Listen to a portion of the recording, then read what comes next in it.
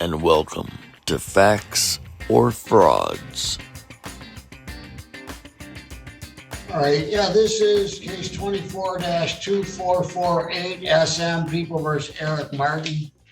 And this is a scheduled pretrial conference on the charge of domestic violence.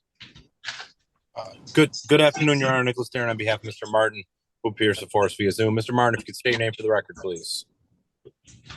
Capital E, lowercase R-I-C, of the capital M, lowercase A-R-T-I-N, family, a private living man, one of the sovereign people. All right, this is the pretrial conference. So are you Eric Martin, yes or no? The living man has been known as by Eric Martin, yes, not the legal fiction corporate entity defendant, though. Spelled in all capital letters name.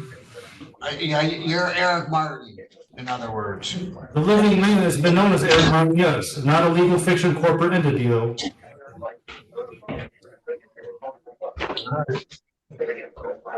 Yeah, Mr. Dillon.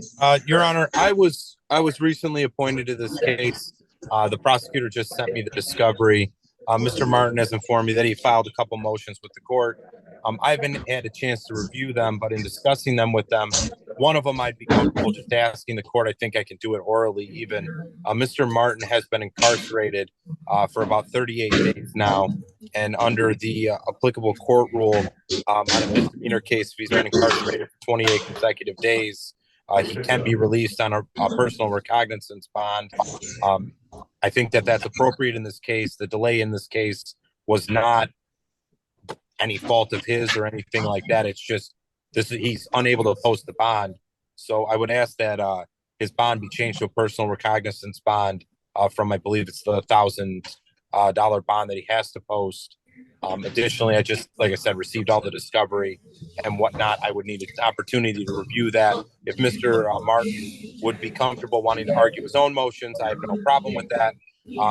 But I have not had a chance to read them, and I would like to know, I wanted to be able to compare them accordingly to the police reports to see what they were. But I do know that just based off of what he's told me, he's been incarcerated for, I believe my count was 38 days.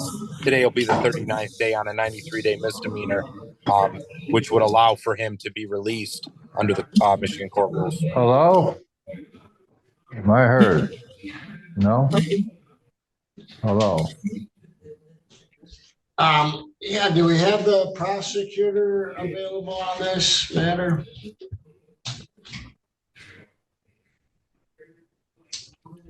He was just in here. I did tell him I would be raising this issue. Okay. Yeah, I'd like to hear from the prosecutor on it. I'll go right and say what I got to say then, before the prosecutor gets a chance to say something. So, this is on the Eric Martin case, charging as a misdemeanor domestic violence, originally placed on a personal bond. My understanding that he violated bond, and the bond was reset at $2,000 cash because he violated, I think, by having, it was, correct me if I'm wrong, contact with the victim. Judge, Alex Winger for the people, P number PH6590. Judge, it's the people's understanding that the defendant cannot go to that address and went to that address, and he was then taken into custody because of that address that he went to, he's not allowed to go to. So, Mr. Darren, you want to renew your argument about time period of being in custody on a misdemeanor case and why bond should be personal bond? Your Honor. I'll just briefly, as I did kind of let the prosecutor know, he's been incarcerated for, by my count, 38 days since December 17th when he was picked up. And he's now it'll be 38 days, 39 after tonight. The court rule states that after 28 days, he can be released on a personal recognizance bond. There are most of the reasons that it would be denied is based on some sort of delay that's attributable to the defense. I know he's had a couple attorneys, but you know, there's always been the court dates have been set. So I think he would be eligible for the release on the personal recognizance bond. You have something to say, Your Honor? Just 1 minute, Mr. Martin. We'll hear from the prosecutor. Yes, Judge, the people, the victim has been sending conversation talks to the victim advocate, and the people would ask if the defendant is released on a bond that the defendant would have a tether placed on the defendant, therefore that it can be rest assured that the defendant makes no contact with the complaining witness in this matter. All right. Yeah, did you want to be heard, Mr. Martin? Yes, okay, now, I want to add, under, not only should, I mean, before we get to the bond issue, the cases should be dismissed, which I did file a motion to dismiss already. The court probably just received it, because I sent out not too long ago, like last week. Anyways, under MCR 6.004, subsection C 1 through 6 makes it clear that I have a speedy trial right within 28 days. Since I've been in jail illegally over 28 days, this case should be dismissed based on violation of my speedy trial right. And based on the court rule I just named off, I'll say it again, case everyone heard clearly. MCR 6.004, subsection C 1 through 6, that is the criteria that is to be followed for speedy trial time computations, not their normal, excluding Saturdays and Sundays and legal holidays. That's always been followed wrongly, but it's not, like I said, it doesn't apply to speedy trial. So my right to speedy trial has been violated. The case should be dismissed. So I want that decided on first before we address the bond issue, because as long as that's granted like it should be, then the bond's no issue. But so once the decision is reached on the motion to dismiss, I just file it now.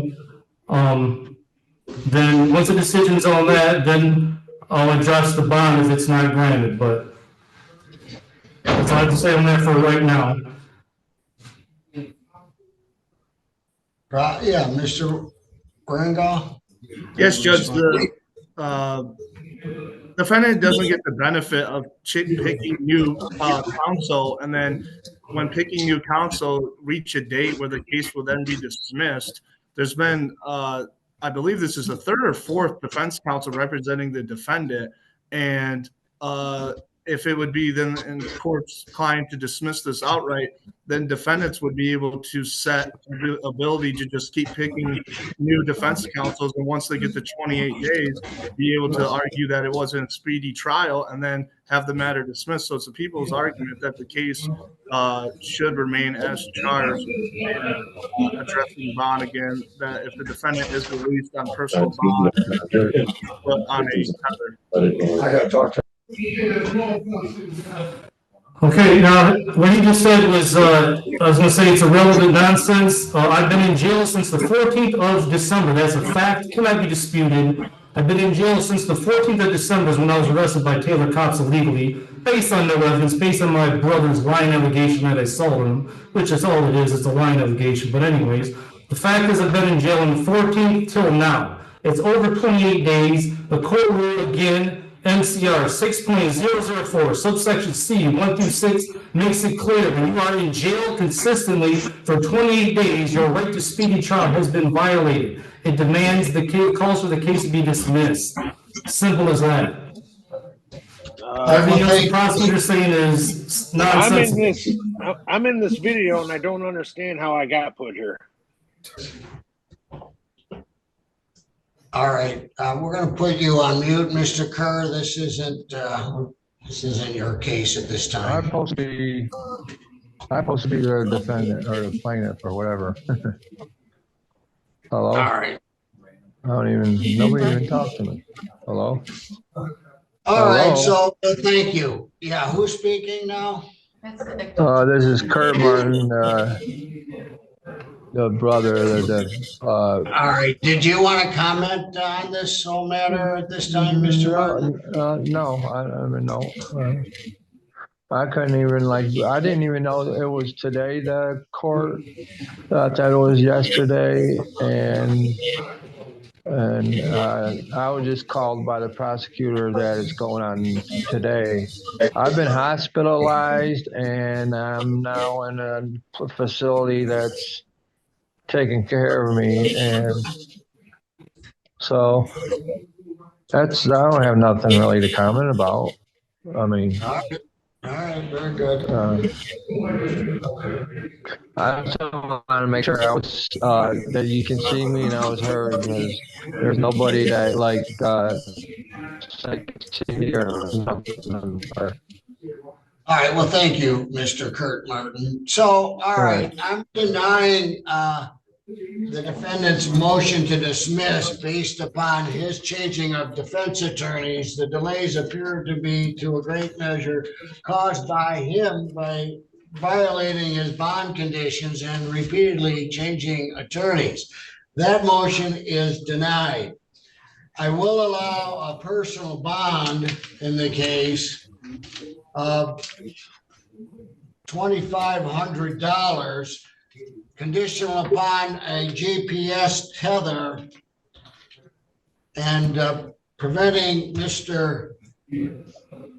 defendant from going within 1 mile of the victim's residence or having any contact with the victim, as well as no alcohol or illegal controlled substances, coming to court when required, advising the court of changes of address or telephone number, and not leaving the state without the consent of the court, not to possess any weapons and or firearms.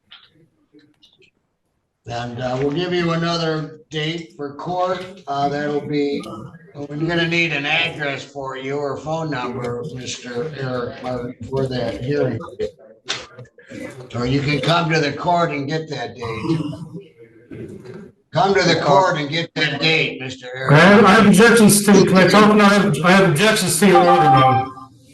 Can I make objections now to your order?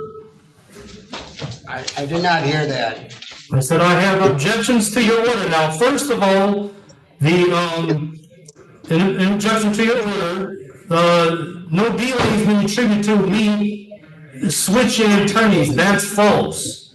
Okay? I have not intentionally said, give me this attorney over that attorney. Whatever they did, that's what they did. You know what I mean? I told Slaven from the jump, yes, I want an attorney. Nothing is attributable to me. So the motion should have been granted, number one. Number two, even if you still don't grant the motion to dismiss like you're supposed to, I object to the bond condition. They violate my due process rights. I don't lose my due process right to be in my house I've been living at for 32 years. The house I've been living at for 32 years, regardless of whether it's mine or not, okay? Do you understand? Unsupported I understand your position, Mr. Martin. Are you telling me that you're unable to abide by my bond conditions? That's right, because I have no other house to go to. All right, Mr. Martin. I have no other house to go to.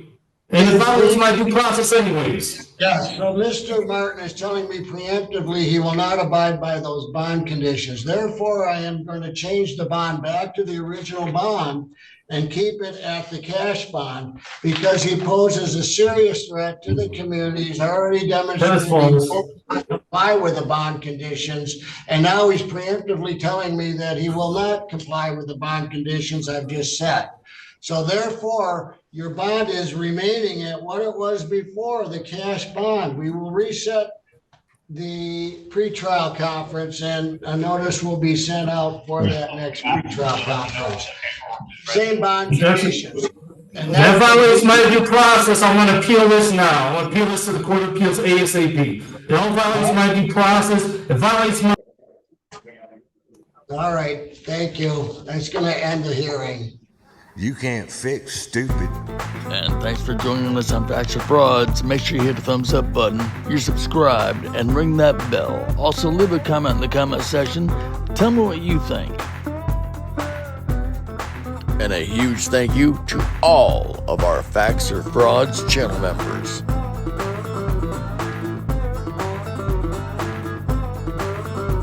And if you're still hanging out, thank you.